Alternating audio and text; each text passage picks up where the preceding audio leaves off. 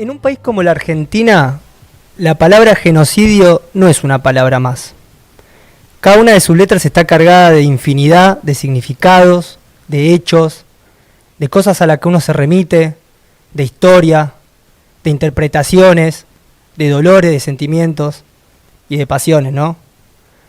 La palabra genocidio en Argentina nos lleva desde el genocidio hacia los pueblos originarios, llevados a cabo por Julio Argentino Roca, allá por 1870, 1880, el masacramiento de los pueblos originarios que después los distintos gobiernos fueron llevando adelante de manera más tranquila, más directa, pero se llevó adelante. Después pasamos por el golpe de Estado del 76, que todo el mundo lo conoce, que tiene referencia en su aniversario, el 24 de marzo, donde decenas o centenares de miles de personas se pronuncian sobre ese hecho histórico que la Argentina nos duele, nos sangra todavía, y todavía seguimos viendo la impunidad que hay sobre ese hecho. Entonces nos preguntamos por qué en la Argentina de hoy no se desarrolla el movimiento o uno de los movimientos más grandes a nivel mundial en defensa de la Palestina masacrada por parte de Israel y con apoyo de Estados Unidos y de las grandes potencias.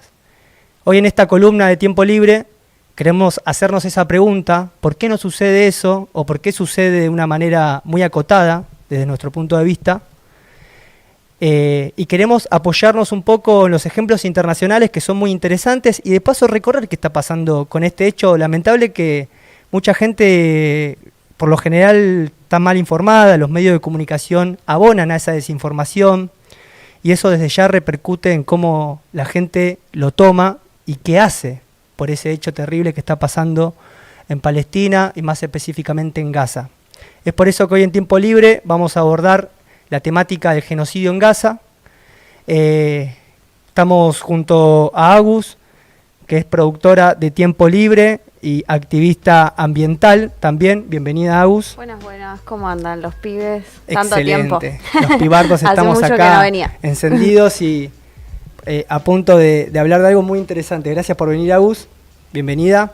Estamos con Guille, columnista de la sección internacional de La Izquierda Diario. Bienvenido, Guille. Gracias, buenas noches. Es la primera vez que vengo acá, así que ¿viste? Vamos a probar cómo sale, ¿viste? Bienvenido, hermano. Y estamos con Janito, que ya de la casa, de Insurrectos Crew, productor y rapero, y bueno, también es panelista de la radio y productor más general de este espacio. Estamos en los estudios de La Izquierda Diario. Y bueno, para arrancar un poco esta temática difícil, esta temática necesaria, queremos recorrer un poco qué está pasando en Gaza y para eso lo trajimos a Guille. Entonces Guille, digamos, como a Guille y a Agus, que van a agarrar distintos aspectos del mismo problema, que es muy diverso, es muy complejo. Entonces es necesario poder agarrar sus distintos elementos y entenderlo de un sentido político y también obviamente sensible, ¿no? Porque ya vamos a demostrar lo que está pasando ahí. A un mes del advenimiento de Netanyahu y después de los dichos de Milei en su última cadena nacional, donde habló de genocidio, pero solo para referirse a lo que la oposición en el Congreso estaba votando en contra. Entonces, bueno, los números van a venir mal, dice, esto va a generar inflación, va a generar endeudamiento y esto es un genocidio para las futuras generaciones. De una manera muy hipócrita y cínica, Milei dice eso, pero bueno, queremos hablar realmente de los genocidios, ¿no? Entonces, bueno, Guille, ¿cómo está la situación en Palestina? ¿Querés contarnos, aproximarnos desde donde te parezca? Sí, por supuesto. Vale la pena decir, o sea, me anoté en un cuaderno un par de cifras, porque no son cosas que no se puede acordar desgraciadamente, pero también quería dejar en claro que más allá de que sean números, uno tiene que pensar que lo que hay acá son personas, familias, mujeres, niños, hombres que han perdido la vida o que están sufriendo algo terrible por parte del Estado de Israel. Entonces uno no puede pensar como estadísticas en un papel o en un número. Eso me parece importante aclararlo porque a veces, viste, con las estadísticas, los números, eso queda como muy borrado y la gente palestina no es una estadística. Es un pueblo que lucha desde hace décadas por su liberación, por su independencia y que hoy está sufriendo justamente un genocidio por parte del Estado de Israel. Dicho esa aclaración, Nada, o sea, para tirar algún raconto de lo que viene pasando, hoy en día, desgraciadamente, estamos en la cifra de, a partir de todos los ataques de Israel, los bombardeos, los ataques terrestres, eso estamos llegando a la cifra de 60.000 palestinos asesinados por el ejército israelí, que eso tiene el agravante de que la gran mayoría son mujeres y niños. Entre 60 y 70%, creo, no sé. Los casos que se conocen, ¿no? Claro, los casos que se conocen, porque además, valga aclarar algo, estas cifras que tenemos son las que nos da el Ministerio de Salud de Gaza, y son imprecisas, pero en el sentido de que estamos hablando de una situación que Gaza está bloqueada, está sufriendo muchísimos ataques constantemente, no hay capacidad para llevar un conteo verdaderamente preciso a la hora de contar a los muertos, y además hay que tener en cuenta que debido al nivel de escombros que hay, es muy posible que haya muchísima gente atrapada en los escombros que aún no se hayan encontrado. Entonces este número es lo que hay, son cifras oficiales, pero es muy posible de que el número sea mucho mayor. Ha habido estudios al respecto de revistas prestigiosas sobre el tema, que han dicho que es posiblemente que sea mayor, pero esto no lo vamos a saber hasta que se termine de levantar la última ruina de Gaza. Entonces hay que tener eso en cuenta también. Y una de las razones por las que no se puede levantar la ruina de Gaza es porque justamente Israel bloquea todo el equipamiento que pueda servir para poder rescatar a la gente que está ahí atrapada hoy en día. De hecho, se ven las fotos, las visuales aéreas, se ven de que está la ciudad completamente en escombros. Sí, o sea, edificios totalmente caídos. Completamente destruida, si no me equivoco, esto es una estadística igual de... 90%, ¿no? Se habla más o pero menos. es del principio de año, así que ahora no tengo idea, puede ser peor. Ya. Pero sí, alrededor del 90% de la vivienda de Gaza están dañadas y creo que el 60% están destruidas. Toda su infraestructura escolar, educativa, de salud. No existe. O sea, de hecho, hay recientes informes de la ONU que dicen que justamente el derecho a la educación en Gaza no se puede garantizar, porque justamente no hay colegios, y hablan también de que debido justamente a esa falta de educación, hablan de una generación perdida en el sentido educativo, o que podría llegar a ser eso. Es muy terrible, la verdad, en ese sentido. También respecto a la educación universitaria, viste, 4 de las 6 universidades que hay están destruidas. Una la bombardearon y le hicieron centro militar. Escuché por ahí que además hay un fenómeno que pasa de que hay niños que además de que ya no tienen familia, están amputados. Los niños amputados que están divagando, claro. Sí. Además, entre otras cosas, están amputados, ¿no? Sí, además con la inexistente infraestructura médica que hay en Gaza, que justamente Israel se encargó de destruir a diestra y siniestra por toda la franja, eso también hace que casos de que deberían ser fácilmente tratables en un hospital medianamente equipado, hoy no se pueden tratar. Y por ejemplo, es normales las denuncias o las imágenes de palestinos heridos, pero que como no hay camas o no hay infraestructura, están o en los pasillos del hospital o directamente afuera.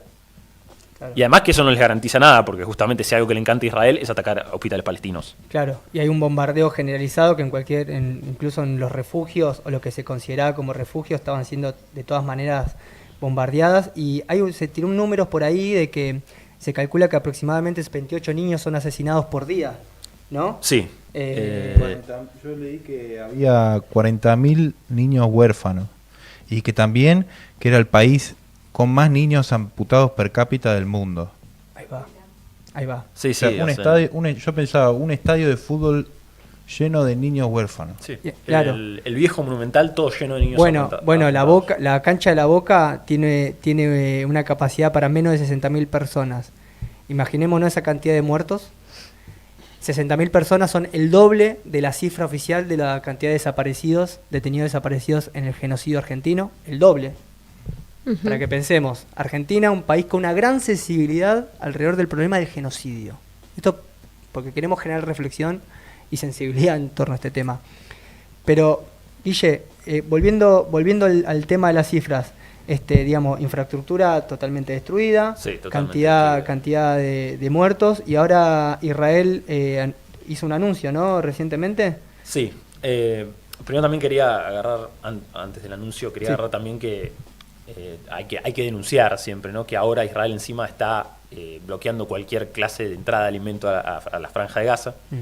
y que justamente es una de las, hoy en día, una de las denuncias que más motoriza a los movimientos de solidaridad palestina, que justamente está matando a Gaza de hambre.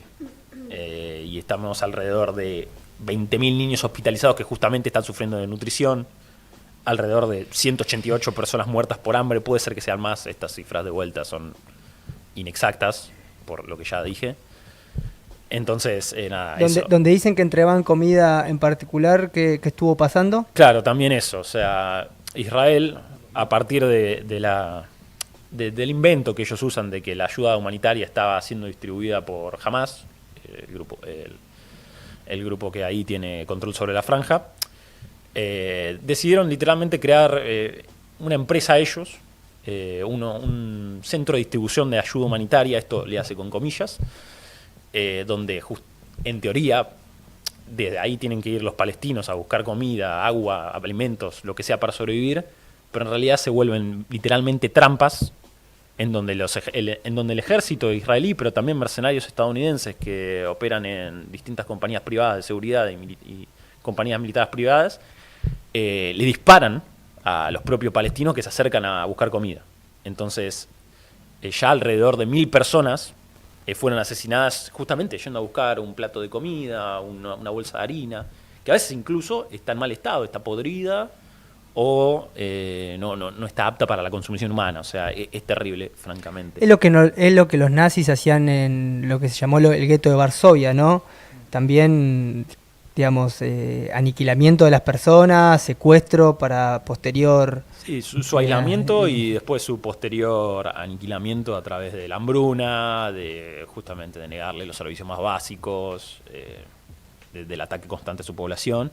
Y en ese sentido, ahí retomo lo que vos decías de la ofensiva, porque hace muy poquito Netanyahu anunció que Israel aprobó un plan para ocupar toda la franja de Gaza militarmente. O sea, ya había varios sectores de la franja ocupadas bajo el control directo del ejército israelí, quedaba una porción menor, pero justamente es el centro de Gaza, o sea, donde está concentrada la mayor parte de la población, y justamente la excusa que meten los tipos es que dicen, bueno, no, nosotros nos vamos a meter ahí en el centro de Gaza, vamos a liberar a los rehenes, y no es que nos vamos a quedar, dicen, vamos a establecer un control militar, pero después nos vamos a ir y vamos a meter un gobierno amigo. No sabemos qué gobierno amigo es, no lo dijeron. La verdad es que, o sea, puede ser que quieran hacer algo así porque no les conviene políticamente después mantener el control de una población que está claramente enfurecida con su opresor, puede ser. Pero no podemos negar que esto también sea una excusa justamente para seguir llevando adelante su plan genocida, ¿no? Es más a lo que apunta esta medida. Y además, una medida que, valga la pena, genera muchísimo rechazo, no solo globalmente, que eso ya lo vamos a hablar también más puntualmente más adelante, sino también incluso dentro de Israel hay algunas voces que están en contra, por ejemplo, por arriba,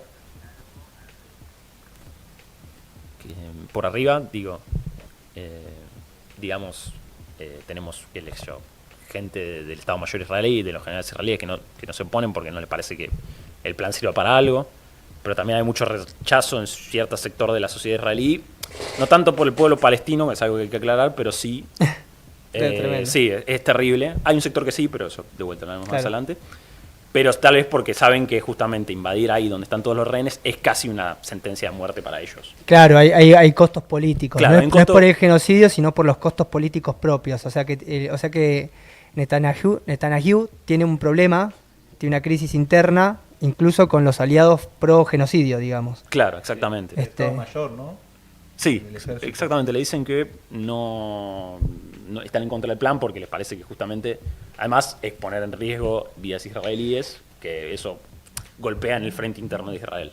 Bueno, incluso escuché por ahí, no me acuerdo si con Berkovich o con quién, que en la Izquierda Diario hay un buen material que habla sobre lo que está pasando en Gaza. Matías Mayelo hablaba sobre esto de que la propia cúpula militar se está oponiendo a un nivel tal de que el propio hijo de Netanyahu tuiteó de que le quieren hacer un golpe militar o quiere haber un golpe interno. Una secuencia así, ¿no? Bueno, va mostrando debilidad de ese plan. ¿no? Además por la crisis incluso militar, porque al parecer son varios los soldados que salen de esas campañas y se suicidan después y bueno, después de asesinar niños. Y además entiendo que hay un sector de jóvenes que no se quieren alistar, que prefieren ir presos antes de alistarse al ejército, sí, ¿no? Bueno, eso habla también. Muy conocido de los jóvenes quemando los papeles militares, ¿no? De reclutamiento. Sí. Bueno, ojalá que eso se siga reproduciendo y bueno, claramente acá hay intereses en juego muy profundos. Esa es una región muy importante para Estados Unidos. Después de la Segunda Guerra Mundial, Estados Unidos avanza en un plan de hacer retornar un aliado de ellos a esa región. Bueno, así se crea un poco antes de la década del 50 el Estado de Israel con una ocupación previa. O sea, de hecho está el día del 15 de mayo, se conmemora el día de la Nakba. Que también, o sea, se calcula que al menos 700.000 palestinos fueron desplazados de esas tierras y expropiados por colonos israelíes y todo, y eso fue algo que empezó y no terminó hasta nuestros días con el salto que tiene a partir de octubre del 2023, cuando de hecho, Israel decide avanzar. Son desde el 23, todo lo que dijimos, claro, sí, desde el 2023, todos los 60.000. O sea, no cuenta cifras pasadas de otras campañas militares israelíes, de otros intentos genocidas, eso no está considerado. O sea, si tuviéramos que considerar todo, no me quiero ni imaginar cuál sería el número, pero sería terrible. Es terrible. Y bueno, yendo a este tema de los intereses económicos, ¿no? Porque hay que aclarar de que esto no es un problema religioso, no es que creo que la religión, por lo menos a la vista está, por lo que yo leo, por lo que sigo, por lo que entiendo del problema, de la complejidad del problema, es una justificación ideológica desde donde justificar una avanzada político, militar y económica.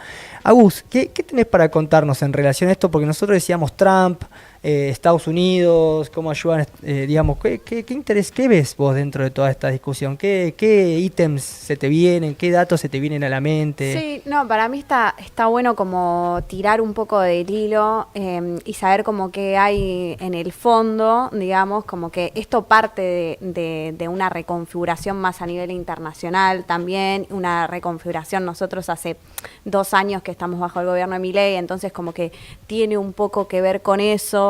Israel viene intentando, al menos yo para traerlo más acá, porque cómo nos vinculamos nosotros con el genocidio, cómo hacemos para vincularnos más con Palestina, o qué tenemos que ver, cuál es nuestro rol en todo esto, ¿no?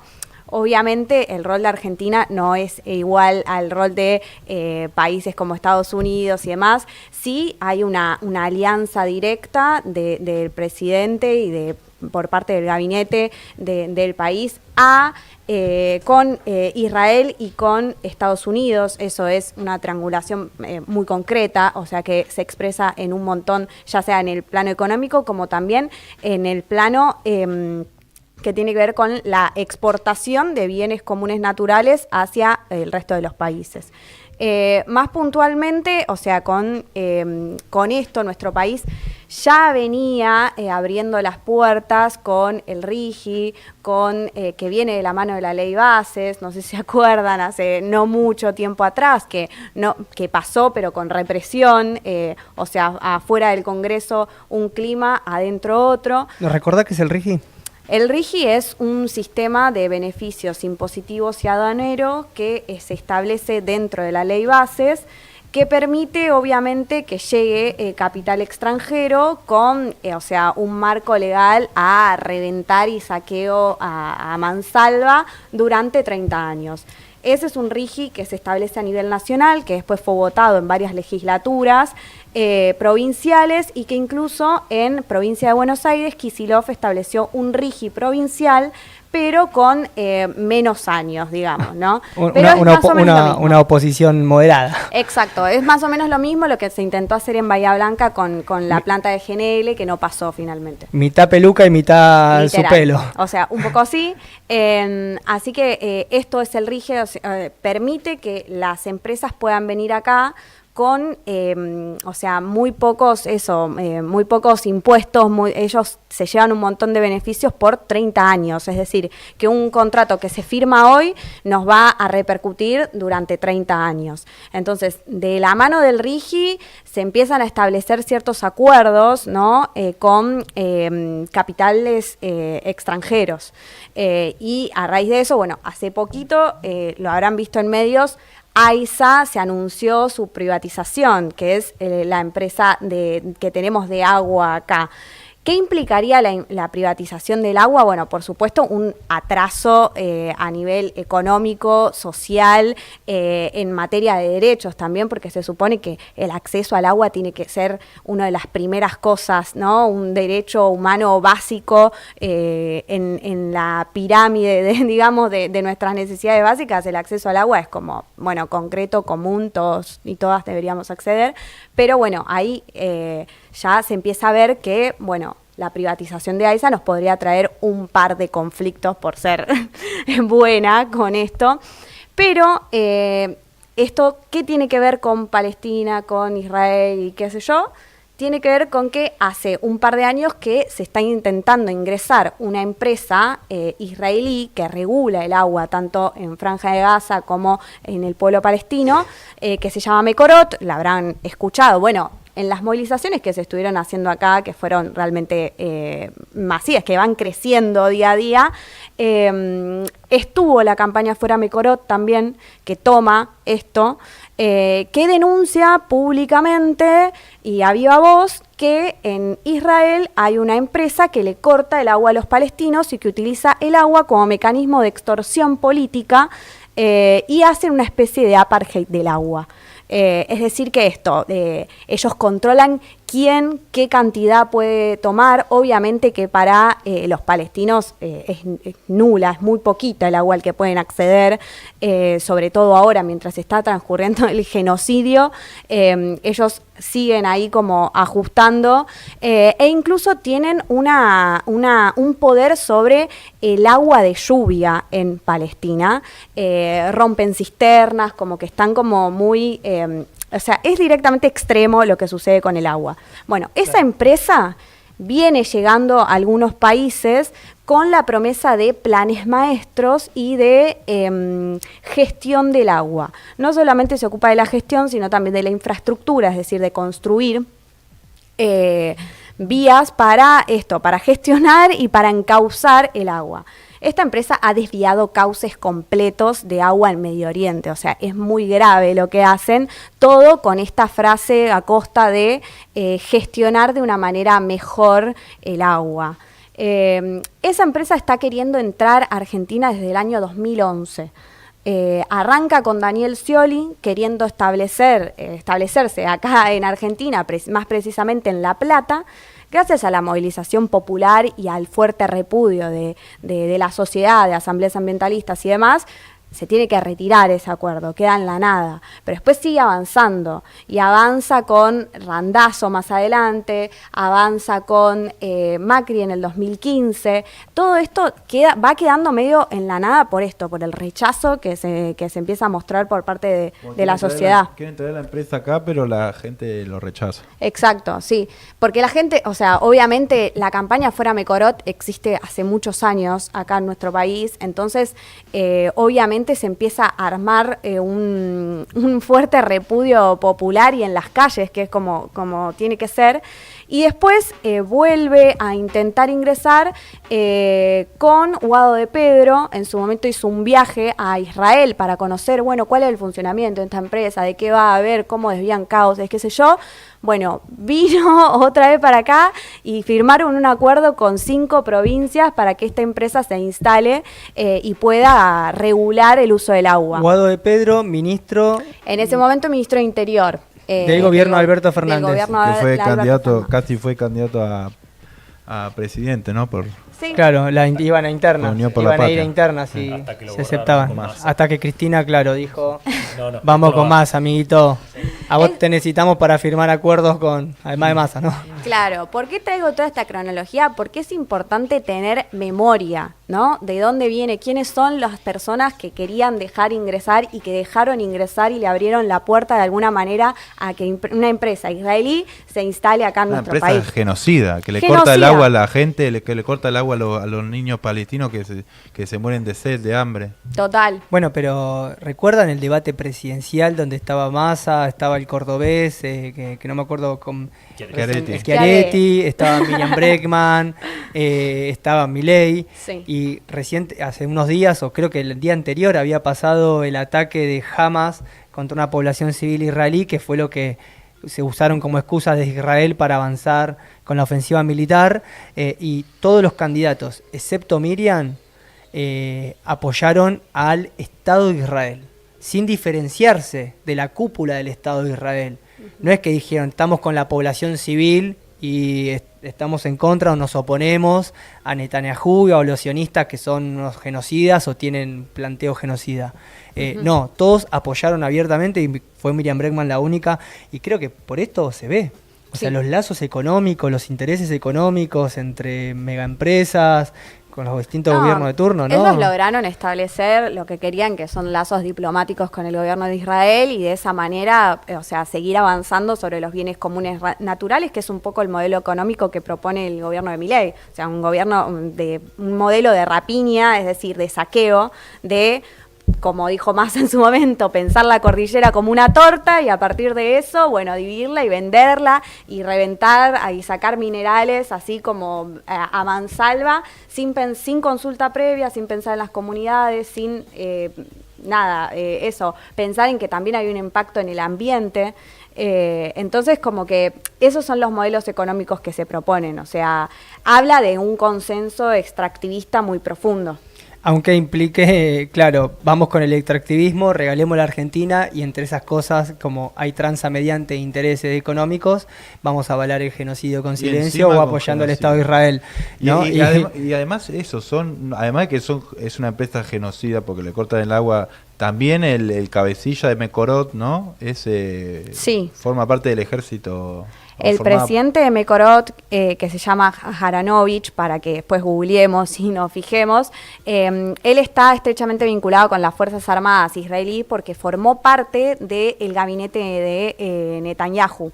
Y fue incluso ministro de Seguridad, y hay varias afirmaciones que hacen distintas entrevistas en donde él dice, si hay algo que puedo afirmar que funciona en Israel es el control del agua y la seguridad interna. Como que es un tipo que estuvo involucrado en todo el mecanismo de seguridad, en cuestiones también como de investigaciones más secretas y demás, como que está para investigarlo, y este es el tipo con el que Javier Milei, Guado de Pedro, transan, digamos, como que hacen los acuerdos para que desembarque de alguna manera Israel en la Argentina. Sobre todo, lo que ellos miran en particular es la Patagonia. ¿Por qué? Porque es un lugar que está poco habitado, tiene un montón de bienes comunes, tiene un montón de fuentes de agua dulces, entonces eso es...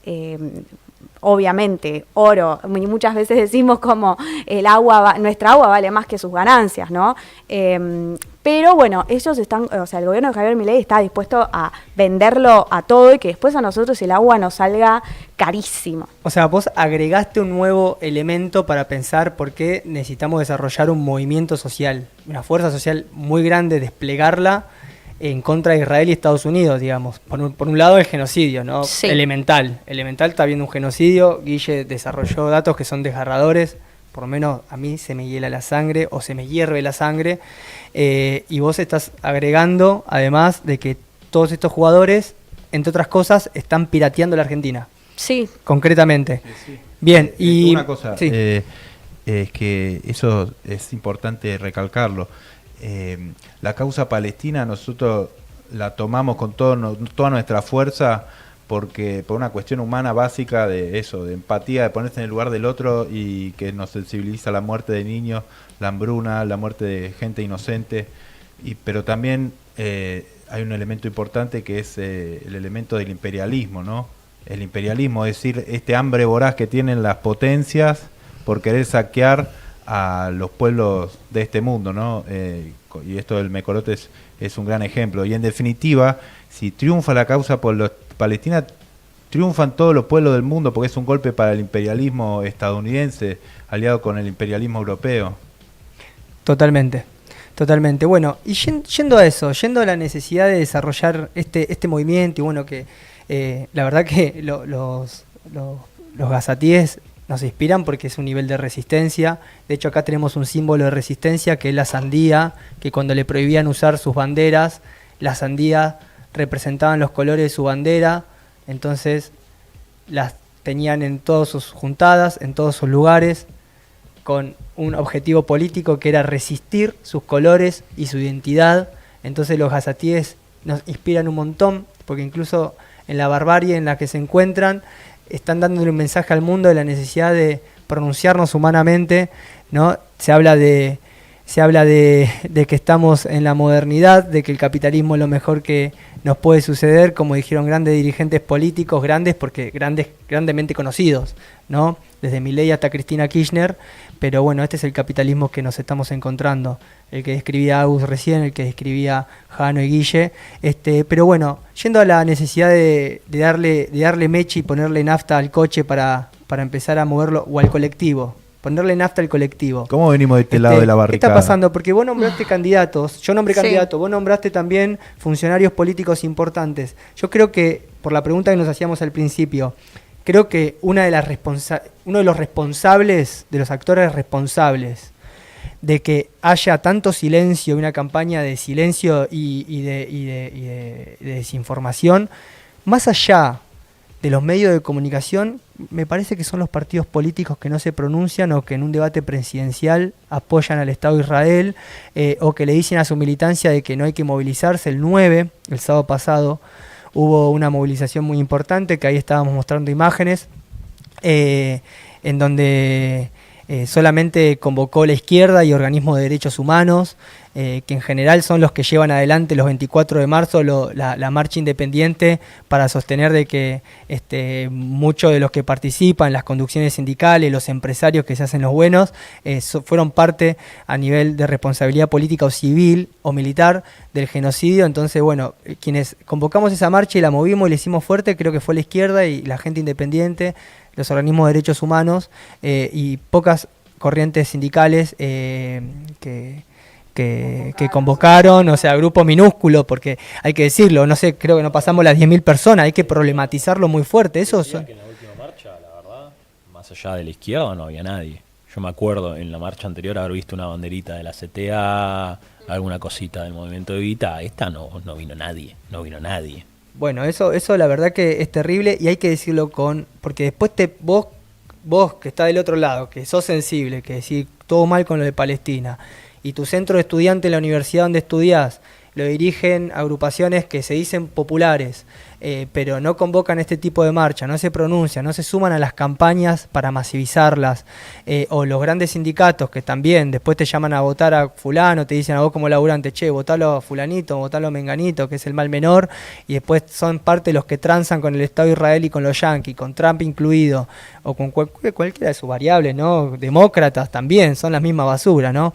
Son los demócratas, amigos de los Kirchner, son los que invadían Medio Oriente y masacraban personas, digamos, ya hace rato, digamos. Entonces, creo que hay que pensarlo muy bien, y pensando esto, ¿cómo le ponemos nafta al colectivo? Guille, ¿qué ejemplos tenés así de solidaridad internacional y cosas interesantes, además de la marcha que hicimos el otro día acá en Buenos Aires? Sí, ¿sabes? Perdón, quería retomar algo por lo que habías dicho, porque justo hablabas de centros de estudiantes ahí, de que el centro de estudiantes no convoca, de que no hacen nada. ¿Sabes qué? Esto pasó tipo hace un par de horitas recién.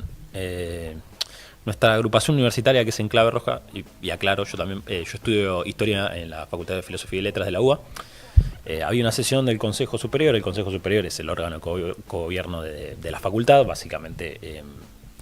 Consejo directivo. Consejo directivo es el órgano de gobierno de la Facultad de Filo. Básicamente ahí se proponen proyectos, declaraciones, de todo que afecta al día a día de la facultad, o a ver si hay alguna situación particular que creemos que se necesita un pronunciamiento, lo presentamos. Claro, se discute ahí, todo se discute ahí. Bueno, nuestros compañeros fueron y presentaron justamente una declaración condenando el genocidio en Palestina, toda la barbarie que está haciendo, todo con cifras, números muy precisos como las que acabo de presentar ahora. La conducción de la facultad y la agrupación estudiantil, que son todos kirchneristas, el decano es kirchnerista, Manetti se llama, es kirchnerista de pura cepa. La agrupación estudiantil, que es la mayoría estudiantil en ese consejo, es el colectivo que está comprendida por la Cámpora, Patria Grande y el Movimiento Evita. No quisieron tratar esa declaración, la patearon, la mandaron a comisiones. Eso es una manera de que no se trate en el momento, es una burocracia total, con argumentos como en el que negaban o ponían en duda la cantidad de palestinos muertos. Esto no es un invento, nuestros compañeros están ahí, lo escucharon. Me hace acordar a los negacionistas negando diciendo no son 30.000, son 7.000, 8.000. Claro, ¿entendés? Es increíble, o sea, incluso, ponele, son menos, son más. Es un genocidio igual, no es una cuestión de cifras. Eso creí que ya lo habíamos entendido bastante después de nuestro genocidio. Son 30.000, no importa, fueron más, fueron menos, fue genocidio, muchachos, ya está.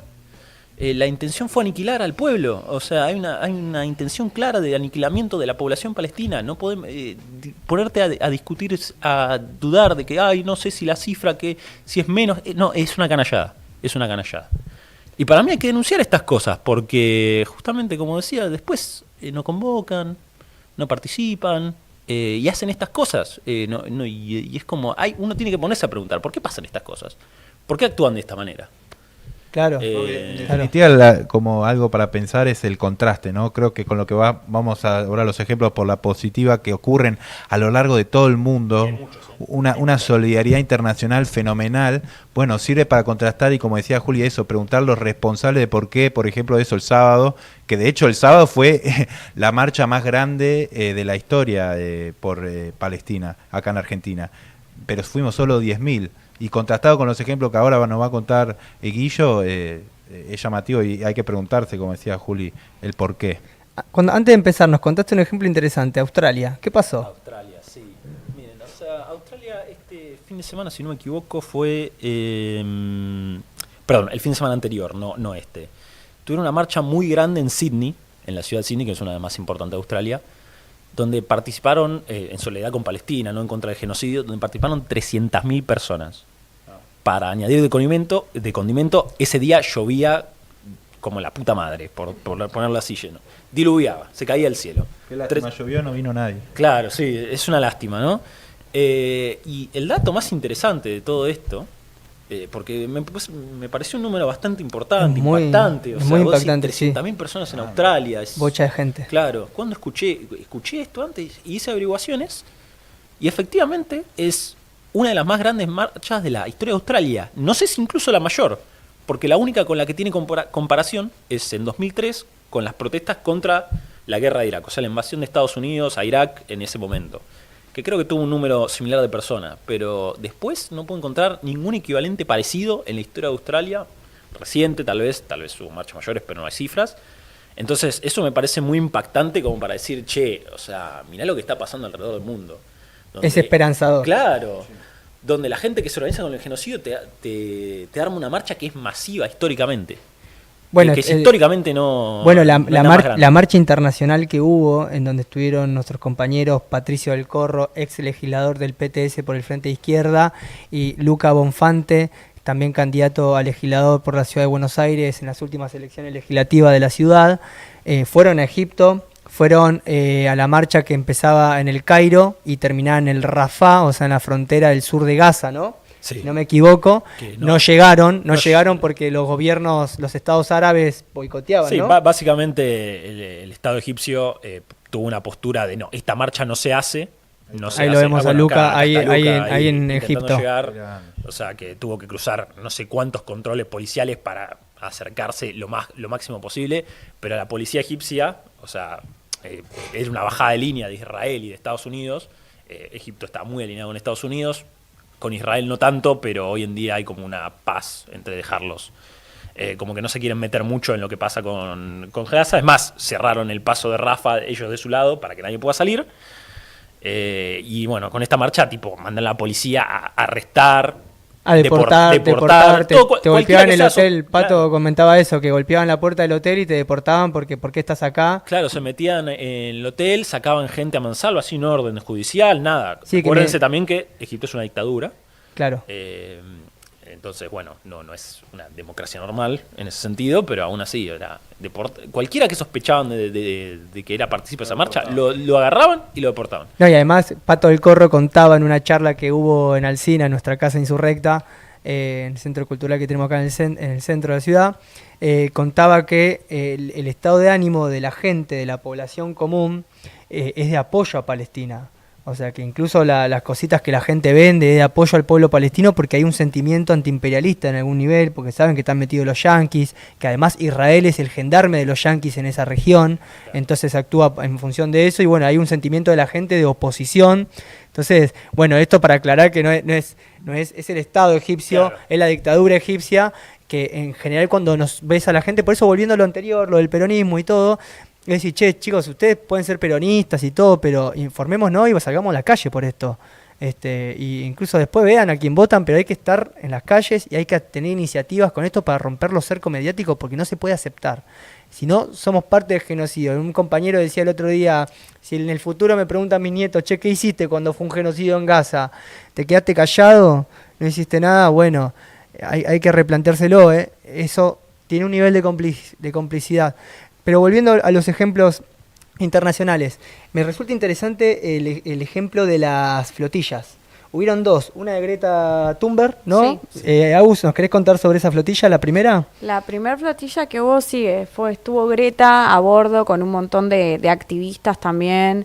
Lo que sucedió fue que la interceptaron, o sea, ellos los secuestraron, ellos llevaban ayuda humanitaria para poder ingresar a Gaza, no pudieron llegar, estuvieron retenidos durante un tiempo y después los deportaron. O sea, hay algunos que igual eligieron quedarse, incluso estando detenidos.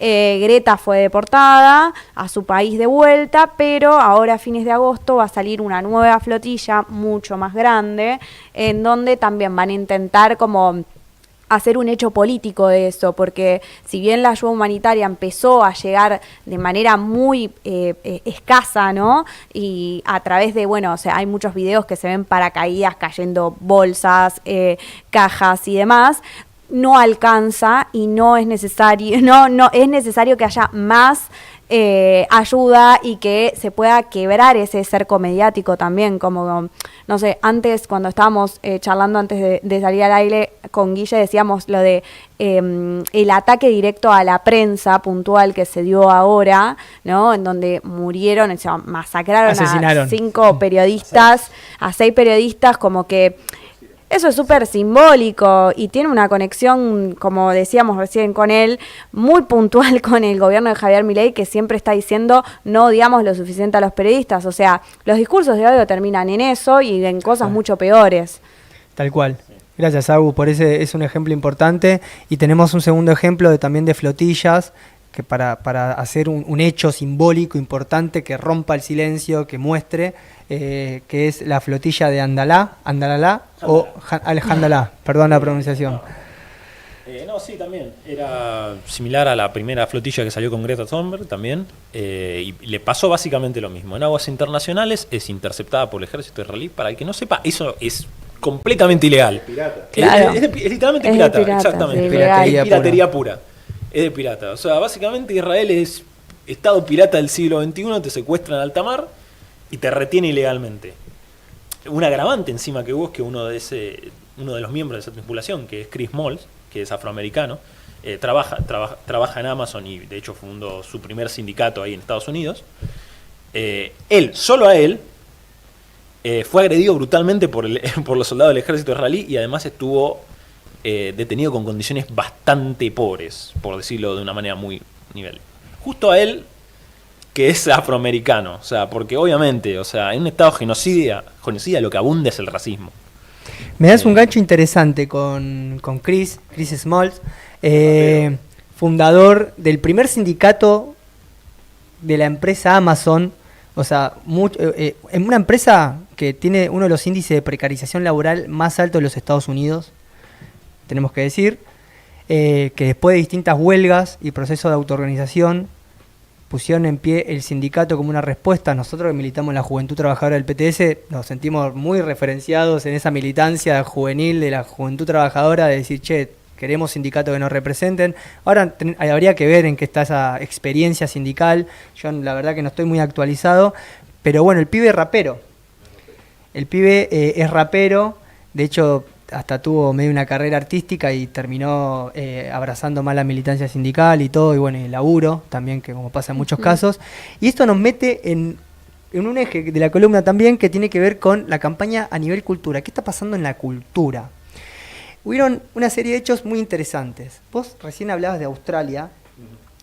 Inglaterra también tuvo distintos hitos de movilizaciones masivas, muy interesantes a lo largo... Hubo una este fin de semana, en donde era una marcha pacífica para pedir en solidaridad con un grupo que se llama Acción Palestina, que fue declarada organización terrorista, solamente porque bloqueó el ingreso en un momento de una empresa israelí de defensa, y también como que vandalizó unos jets vandalizó entre comillas, ¿no? Sí. Puede ser una excusa. En Fuerzas Aéreas Británicas, entonces la nombraron organización terrorista. Eso implica que si vos estás organizado ahí, te puede caber un cargo por ser complicidad de terrorismo y una pena de prisión, creo que de más de 14 años. Entonces hubo una marcha en solidaridad con eso, pacífica, y la policía reprimió a mansalva. Creo que arrestó a 500 personas, o sea, fue una brutalidad. Hay un video, de hecho, de policías británicos deteniendo a una persona ciega.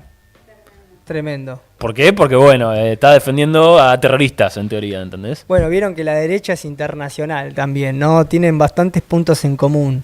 No olvidemos la ley antiterrorista que ya hubo hace varios gobiernos, digamos, antes que Macri. La ley antiterrorista que después mutó en distintas formas de represión estatal contra las movilizaciones y el pueblo laburante que responde a los ataques y al ajuste. Qué interesante. Sí, perdón. Okay. La imagen cuando detienen al muchacho ciego. Sí. Esta producción me encanta porque está re despierta. Muchas gracias, chicos. Bueno, lo que pasó en Inglaterra, el festival Glastonbury. Es un festival que se hace cada 1 o 2 años, un festival masivo, van bandas muy importantes, o sea, bandas de los que se consideran las bandas pegadas, las que llenan festivales así tan masivos. Salía alrededor, para que se den una idea, de 350 euros la entrada, más o menos, para participar todo el fin de semana. Sí, tiene una tradición más de izquierda, entre comillas, más progresista. O sea, ahí va, de bandas... En otro sentido, sí, es como que en teoría facilita como expresiones más de izquierda, cuando en general a veces los recitales con cosas así se pone bastante jede. Bueno, convocaron a las bandas más zurdas, por así decirlo, claro. Pero se adelantó la BBC, que iba a hacer la cobertura de dicho evento. La BBC dijo, bueno, van a tocar fulanito, menganito, estos tipos la van a agitar, entonces cuando hacemos el vivo lo cortamos cuando tocan estas bandas. Estamos hablando de la banda Kinap, ¿no? Estamos hablando de Nicap, perdón. Bob Dylan, que es un dúo de rap y de punk rap, que son muy radicalizados. Los pibes, de hecho, fueron los que dijeron abiertamente: Palestina libre, muerte al ejército de Israel. Y que es interesante la anécdota. ¿Tenemos el video? Bob Dylan. To the IDF, death to the IDF, death to the IDF, Canta death to todo. the IDF, Canta todo el público. death to the IDF. Hell yeah, from the river to the sea, Palestine must be, will be, inshallah, it will be free. Negrazos combativos, todo el respeto. Sí, cantaban todos, Cantaba todo el público. Bueno, interesante que hubieron, la BBC, hay una anécdota, algo medio anecdótico, que la BBC dijo, bueno, no los vamos a transmitir a estos tipos, y que uno de los asistentes de la BBC dijo, terminó transmitiendo por TikTok, y que tuvo un alcance de 2 millones de personas, y que todo lo que acaba de decir este muchacho en vivo salió y se reprodujo. Entonces, hubo medio un escándalo. Además, en Inglaterra hay un peso fuerte también de los sionistas. Hay un peso fuerte de los sionistas que los artistas tienen represalias. Y es interesante meterse en esta discusión, ¿no? Porque a pesar de las represalias, o de la caída de likes, o que se me cae un contrato. Es interesante cómo estos pibes, centralmente convocado por Massive Attack, que es esta banda inglesa también, que bueno, es muy combativa, que no dijo muchas cosas en el concierto, pero después citó, voy a leer textual lo que dijeron estos muchachos, porque convocaron a hacer una organización sindical de los artistas que defienden a Palestina. Y dice: las escenas en Gaza han sido indescriptibles. Escribimos como artistas que hemos elegido usar nuestras plataformas públicas para denunciar el genocidio que está ocurriendo allí, y el papel del gobierno del Reino Unido en facilitarlo. Somos conscientes de la magnitud de las campañas agresivas y vejatorias llevadas a cabo por el UKLFI, que son abogados por Israel en Inglaterra, y de los múltiples incidentes individuales de intimidación dentro de la propia industria musical, diseñados únicamente para censurar y silenciar a los artistas para que no expresen sus opiniones y sentimientos. Bueno, esta gente dio un paso al frente en el sentido de su combatividad. Creo que hay que pensar cómo esto se reproduce, y dentro del mundillo de la cultura, bueno, hubieron un montón de ejemplos, ¿no?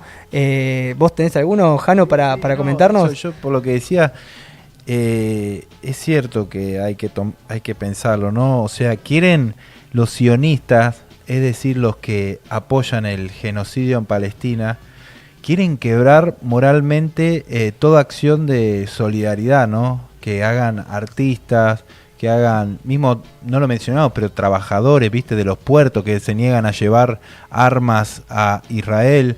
Bueno, nos quieren quebrar moralmente, pero de este lado de la barricada estamos muy en punga. Y hay un montón de ejemplos zarpados, o sea, Roger Waters, o sea, recién ponían un flyer de un concierto que va a ser eso, el de Damon Albarn, el de Gorillaz, con Hot Chip y un montón de bandas así re mainstream, lo cual es muy zarpado. Ahí está, en favor de Together for Palestine, bancando a Palestina, y todo lo que recauden va a ser donado allá, ayuda humanitaria para Palestina. Y bueno, yo me quedaba a pensar eso, lo que pone Luca, ¿no? Nuestro compañero que ha venido acá, y de tiempo libre a Rafa, ¿no? O sea, ¿cuándo un concierto así en Argentina, ¿no?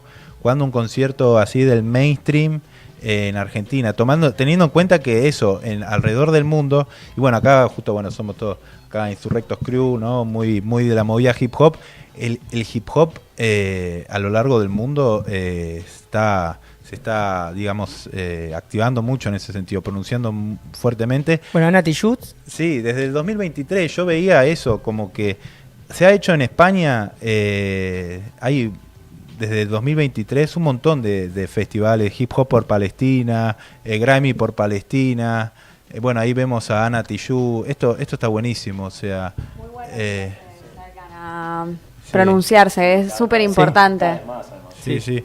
Pero digo, esto, por ejemplo, en España, gente en estos conciertos re zarpada y re amplia, o sea, re respetada en el mundo del equipo, desde SFDK hasta la Ninja del Corro, hasta Ergo Pro y el Pequeño, todos ahí bancando. Y esto que ponía Nati Yu, ¿no? La franco-chilena, es algo muy bueno, ¿no? Para tener en cuenta.